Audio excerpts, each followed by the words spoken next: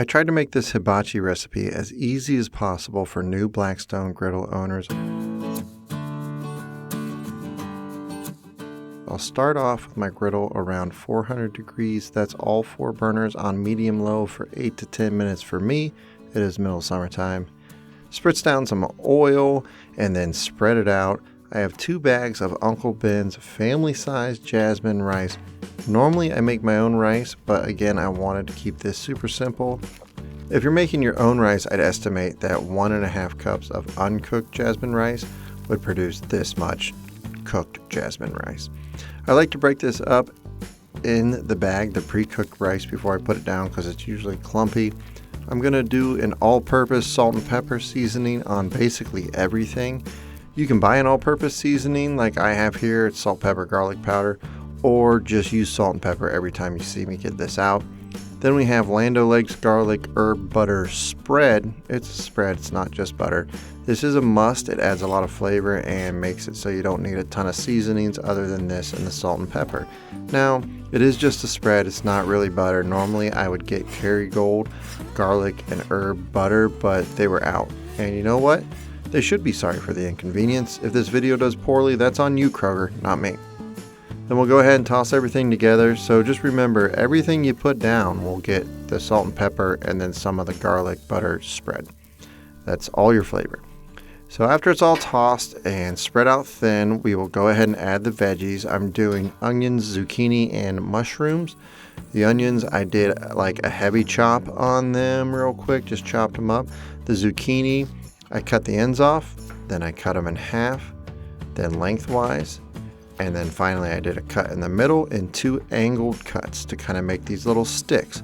I hope that makes sense. I'm not a chef. I don't know the technical terms. This ain't gourmet. It's just griddling.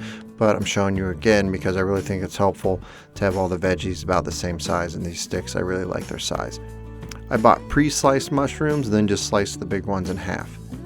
On the griddle, I did the onions in the middle, then zucchini and mushrooms going towards the outside because the middle's hotter and it's cooler towards the outside and the mushrooms cook the quickest, so I put them out there. So maybe it's overkill inside griddle baseball talk, but I just wanted to share that I had a reason for doing that. Again, we'll do our salt and pepper, mix it all up. Now I'll flip the rice because it's kind of been on that side for about 4 or 5 minutes. I want to flip it. Come back with the garlic butter spread, about a tablespoon or half a tablespoon on each vegetable, and we'll give everyone a nice toss together. Soy sauce on the rice. My first bottle ran out, but soy sauce is like beer. You always got to have a backup. My recipe, which is in the description, calls for about 3 to 4 tablespoons of soy sauce, but I didn't measure. I just eyeballed it and did about 20 shakes like a Polaroid picture until it gets brown. I heard a hibachi chef once say soy sauce is for color and salt and pepper is for taste. Now I'm going to cut the outside burner off and use that as a warming zone. That should be on the right side of your screen.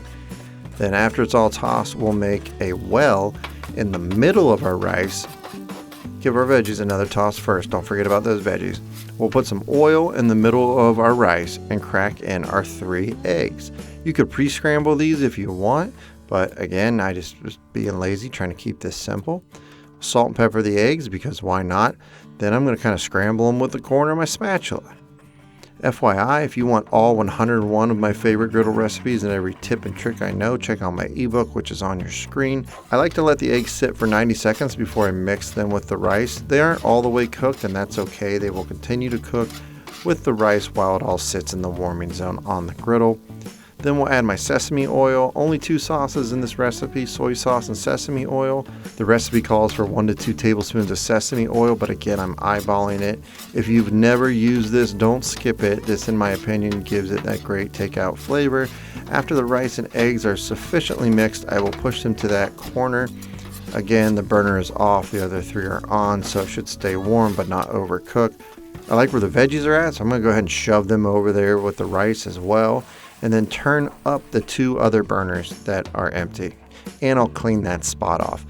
I want to get it nice and hot in that spot for the meat. I should have probably turned these burners up a little while ago when I turned off the outside one for the rice because the temperatures dropped due to all the veggies being on there. But that's okay, they got hot pretty quick.